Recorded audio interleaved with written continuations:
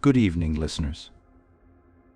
I am Timothy, host of the ghostly broadcast, Paranormal Station. I transmit testimonies of the paranormal to and from all corners of the world here on my isolated farm. The concept of a motel is simple. It is a place for weary road travelers to rest and recover. They are transient places between where we have come from and where we are trying to get to. Though most people will have, at the very least, a forgettable night at a motel before carrying on their journey, some may be unfortunate enough to cross paths with something unnatural in these liminal spaces of limbo. We hear testimony from North America tonight, with our first story coming from Kevin in Canada.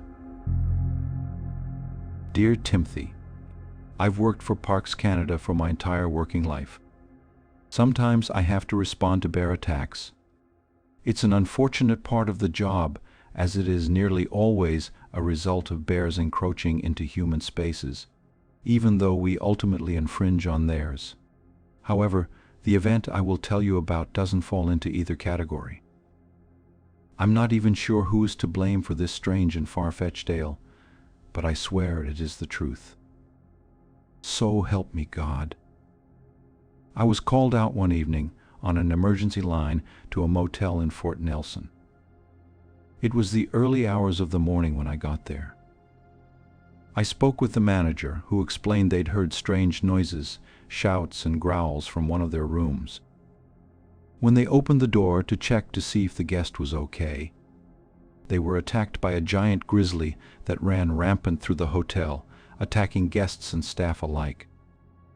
It wasn't uncommon for bears to encroach around trash cans and kitchens, but getting into a guest room was unheard of. They showed me the room where they had found the bear. "Where is the guest?" I asked. "He wasn't in the room. We think he's out in town or something, 'cause he hasn't come back." "The guy got lucky, right?" the manager said. The hotel had nothing for me, but it was too dark to start tracking. The manager gave me a complimentary room for a few hours of rest before dawn. The following morning, I was up and stomping around in the woods, tracking this bear. The beast had only strayed a few miles from the hotel. I caught it sleeping off its hangover by a creek bed. It was huge, covered in scars and matted fur, and fierce even in its slumber. Shooting it while it slept seemed almost cruel, but it's all part of the job. Bears that have attacked humans can't be allowed to live for our sake and theirs. I raised my rifle and put a round right into its chest. It groaned, roared, and then rolled over. A good, clean, and humane kill. I approached it cautiously, ensuring it was dead, but I noticed something as it fell in and out of my view behind the trees. The massive brown fur moved and shifted. I heard groans and creaks. The closer I got, the more I could see the massive corpse undulating as if something was alive inside of it. When I was standing over it, I kept my rifle trained on it as I watched its claws recede into nails and fur gave way to pink flesh.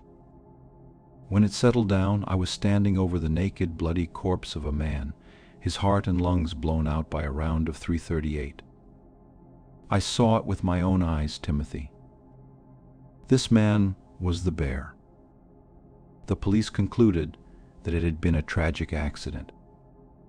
I wasn't blamed for accidentally shooting a crazed naked man in the woods while I was hunting a dangerous bear. Even though he was identified by his personal effects, and the bear was spotted by many guests and hotel staff, the only person who saw him change was me.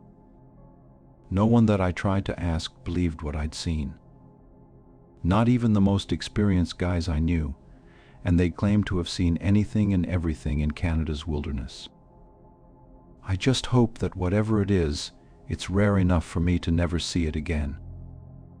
Yours sincerely, Kevin. Thank you, Kevin. As you mentioned in your testimony, when we think we are encroaching on nature, sometimes nature creeps right back onto us. Our next testimony comes from Harold in Oklahoma. Dear Timothy, I'm writing to you today to recount the horrific events that my wife and I endured a year ago. My wife isn't ready to talk about it, not even with me, so I guess that leaves you as the only person I can explain this to. We stayed a few nights in a respectable-looking place in a small town in Oklahoma while visiting some of my wife's relatives for Thanksgiving. It had a good rating and was affordable enough for a place we wouldn't spend much time at other than sleeping. From the very first night, though, things seemed off. I remember being disturbed at around 3 in the morning by scratching noises that I couldn't quite locate the source of. Although I wasn't sure then, I could swear I heard muttering, almost like it was right in my ear.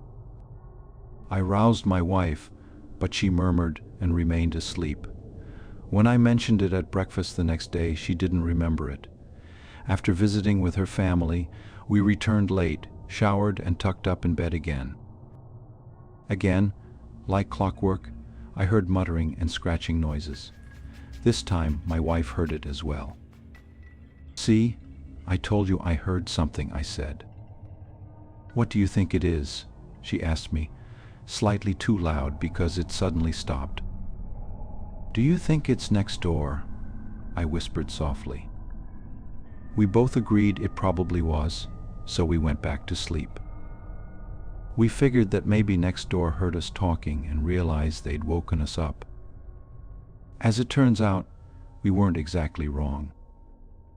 The following night was after Thanksgiving.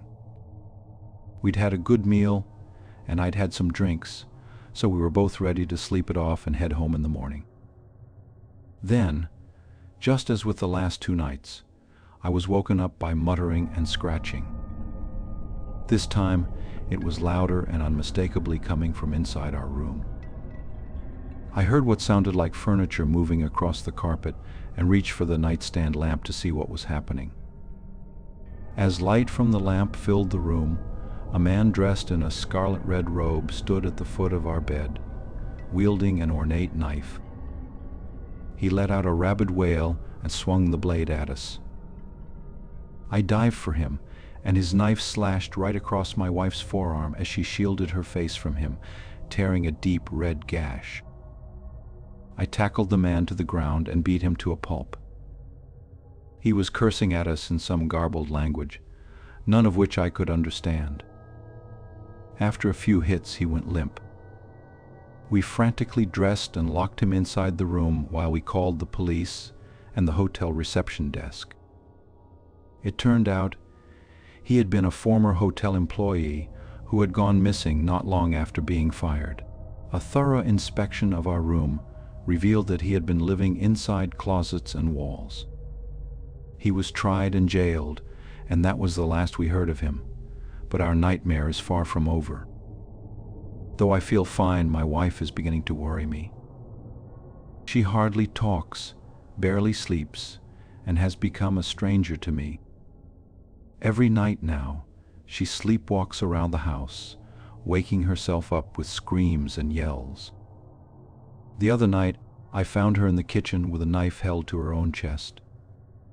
She had no idea what had happened. That man did something to us. He broke my wife's spirit with whatever he'd been attempting to do. He summoned something that torments my wife, and I cannot help.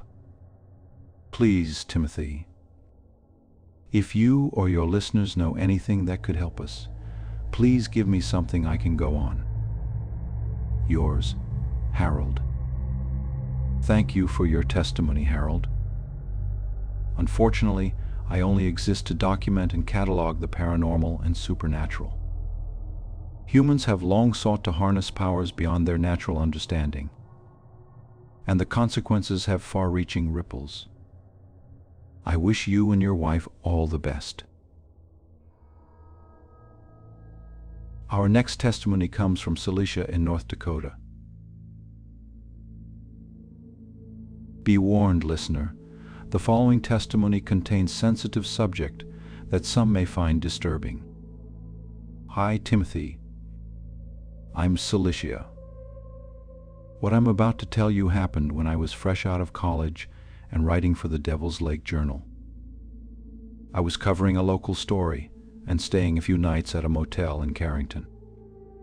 What I found in that hotel still frightens me now. I didn't get a good night's sleep on any of the nights I was there. I know that staying in hotels can take its toll on us all. Unfamiliar places can make it hard to get comfortable, but I thought I'd get over it after a night or two. Every night, I had the most terrifying and disturbing nightmares. One night, I was lying paralyzed on my back, fully aware and fully awake. Standing over me was a frightening, skinny man with a wanting, hungry grin. He was laughing and saying over and over what a sweet, pretty little girl I was, all while he was slowly pleasuring himself, standing above me on my bed. I woke up screaming and thrashing, but he was gone. During the day, I felt tired and groggy, but every time I was in that hotel room, I felt disturbed. Watched. Like every inch of the room had that creepy man's eyes all over me. I started getting dressed in the bathroom, but even there, I felt his eyes on me. The last night, I woke up. Paralyzed once more and unable to move, I felt him crawl into bed next to me. He put his hands all over me, groping and grabbing. He whispered in my ear and licked my face, and I could smell foul, rotten breath.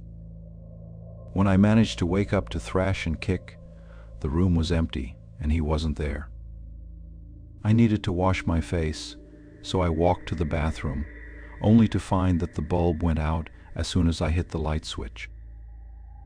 Using my phone as a flashlight, I shined it onto the mirror. Through the glimmering reflection, I could make out something in it. 4 corners of a room on the other side. It was a two-way mirror. I shined my flashlight all around the room on the other side of the bathroom mirror, and I recoiled in horror when I saw him. Even though his corpse was dried out and desiccated, his clothes and bald head were unmistakable. My nightly tormentor sat dead in his chair where he'd been peeping in on the guests of this room.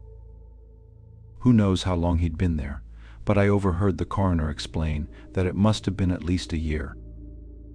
Not even the staff at the hotel knew who he was or how he'd managed to construct a secret room within their hotel. Either way, I was gone after that. Now, out of habit, I guess, I check every single hotel room that I stay in for peepholes, two-way mirrors, and anything else that might be there. It helps me to sleep more soundly and keeps them from haunting my dreams. Yours, Celicia. Thank you, Celicia, for that harrowing testimony. The worst of us seem to always find ways of leaving their malicious souls behind, even when their living body departs. Our final testimony of the evening comes from Lincoln in Ohio. Dear Timothy, I'm Lincoln, and I've been scouring the internet for any clue about this. So far, I'm getting nothing but paranormal entities this and supernatural that. Still, I'm convinced there has to be something to this. I was staying at a 3-star place out on the outskirts of Cincinnati. It was nothing to write home about, but nothing untoward either. It was a perfect place for a salesman on the road. I was only staying there one night when I suddenly woke up to a bright white light. It was as if a camera flash had burst out from the center of the room. It lit up the place and blinded me. Thinking that some pervert was taking pictures of me, I turned the lights on and tore the room apart, looking anywhere for a camera lens or something. Nothing. The room was empty, so I went back to bed to try and get a few hours of rest before my alarm sounded. The next day, I headed up to Dayton for the next leg of my conference trip. Again, I was staying in a boring, nondescript place with a bed to sleep in and a shower to get clean. I hoped I'd get a better night's sleep in this one. It happened again, just as I felt myself drifting off to sleep that night. The whole room lit up in a flash of brilliant white light, leaving me blind with a glare as I tried to turn the lights on. This time, I was convinced that whatever this was, it was following me. I got up, fired up my laptop, and frantically typed in searches into Google. What I found freaked me out even more. There are countless stories of this happening, always to people in hotel rooms. It doesn't matter what hotel they're staying at or where it's located. It's always the same. People wake up to big flashes of light in the middle of the night, like something is taking a picture of them while they sleep. So far, the only answer is that it is something beyond this world, but there has to be more. Right? Is it aliens observing us? Some kind of entity that wants to document us? I hope that you or your listeners might know more about it. Thanks, Timothy. Yours, Lincoln. Thank you, Lincoln, for your honest testimony. I'm afraid I don't have any more answers for you, but you are correct. More than a handful of people have shared similar experiences to those you describe. This concludes tonight's ghostly broadcast of the Paranormal Station and our venture into the unknown for the evening. If you enjoyed this, dear listener, consider a like, subscribe, and tap the bell icon, as it will let you know when our latest testimonies are broadcast. I've been your host, Timothy, broadcasting from my farm of haunted crops and spectral morning mists that quench the thirsty crops of the paranormal parts of our world. Good night, listeners, and take care.